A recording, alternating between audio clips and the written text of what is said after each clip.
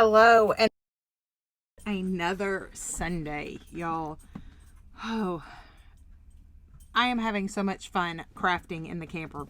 I have finally gotten in the flow of things and kind of sort of have things set up where I can find them quickly, kind of like the studio at home. And I'm starting to accept that you're going to hear random noises because, this isn't a soundproof home at all. So let's dive into today's scrap lift. We are scraplifting Nena.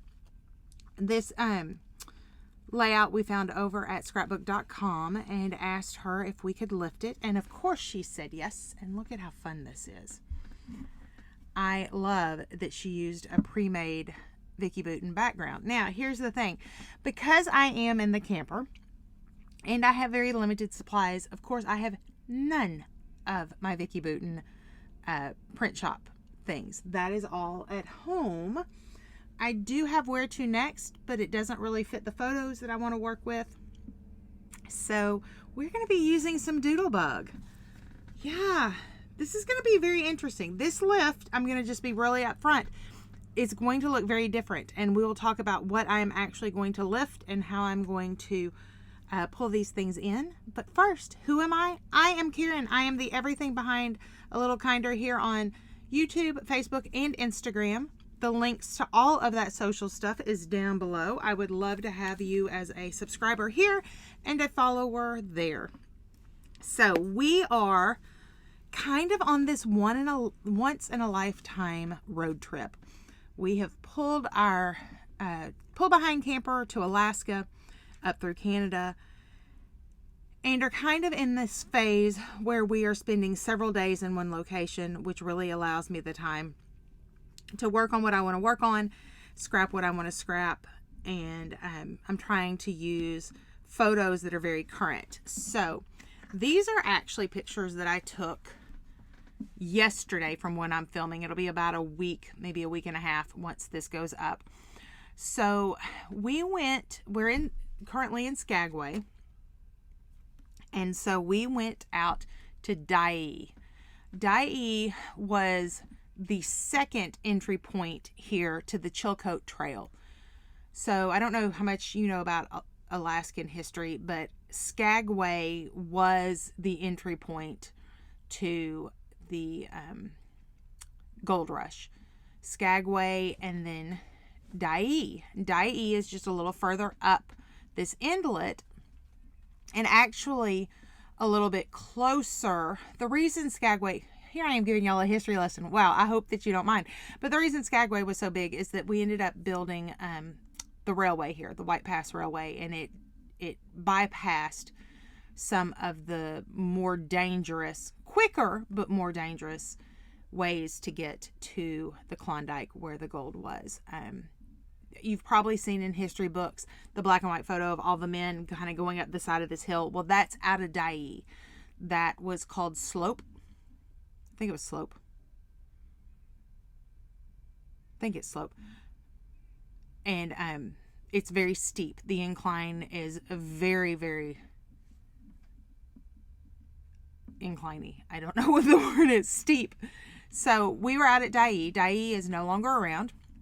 As a matter of fact, the only thing you can see of Dyea anymore are the trails that would have been the city streets. There are some historical markers out there, and then the park systems are keeping the signposts that would have shown where the streets were from eroding away. But the actual city of Dyea is actually gone, which is interesting. It was a very interesting thing to walk through that area with the dogs and just kind of be there. So part of what's really neat about Dyea is it goes out to this area that they call the flats, and this is where the salmon come in to spawn. And so I know that it's not the clearest picture. It was kind of hard to take pictures because the salmon are brown and the dirt's brown, but in the flats area they're rivers or creeks that go through, and the salmon swim up. They build these beds and then they spawn in them. And so we went out to see that. There were some salmon fishermen out catching salmon. They're huge. I mean, easily 12 to 14 inches. Very big. It was really neat to be able to look down in the water. You could see the adults from the younger ones just from the size. And I'm assuming they're younger. It may have been the male and female version that we were seeing. But this was really neat to see. Thomas walked out further into the flats with the dogs. And so we have some pictures. Now, let me tell you what I want to do. I love this kind of, it almost is the feeling of a circle of her photos and then the title. And so I want to mimic that. The other thing that I want to mimic are these stripes in the background. You know, I mentioned I didn't bring everything with me, and I don't have, I mean, I own this stencil set, but I don't have it with me. And I was trying to think of a way that I could come up with something close, and then it was a whole, I was like, you know what? Let's figure out how to do this when you don't have something, when it's just not accessible to you. So we are going to use Doodlebug. And so it's going to have a very different feel than the Vicky Booten. But what I like is Doodlebug does have tags. They're a little narrower. Vicky's are, I think they're still in rows of 3. I don't know. Anyway, they're a different size, and so I am going to cut some tags closer to her size. I just have to look up what that size is. These I think are taller and skinnier, but I really love the This Is the Life Happy Camper. I thought some of these would work really well. I like this signpost, so I'm thinking we're going to use that. Now here's where I got really excited. So I got to thinking, I do really like these stripes going down the back. So I thought, what if I did this? So we have this as our background, and then we have these adorable little fish. So what if I did, you know, a chunky piece of that, and then maybe a chunky piece of either the trees or this plaid. So we have the stripes, but they're distressed paper strips versus the distressed inking piece. So that's kind of my idea to play with. Might pull out a white piece of paper to frame in on where this is just around the edge. So I have some ideas. And then I printed 6 photos. She's used 4. I'm not 100% sure which ones of these. I really like this one because you see both of the doggos, but you really don't see Thomas. I like this one because you get to see Thomas's face, but you don't see much of the 2 doggos. So I'm kind of leaning towards these 4, but we'll see when we get there. So we are going to cut off this mic. I'm going to speed up the video, and we are going to make a layout. I'll be back in a few.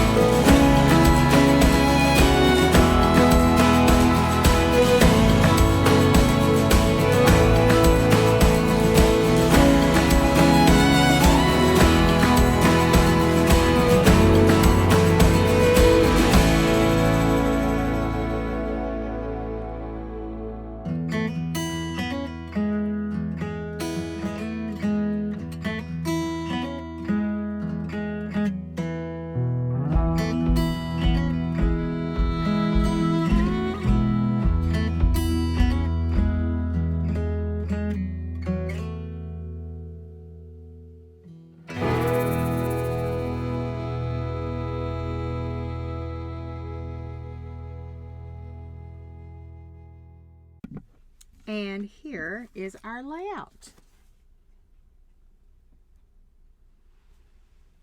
This was such a fun one to do. So remember, here's where we started.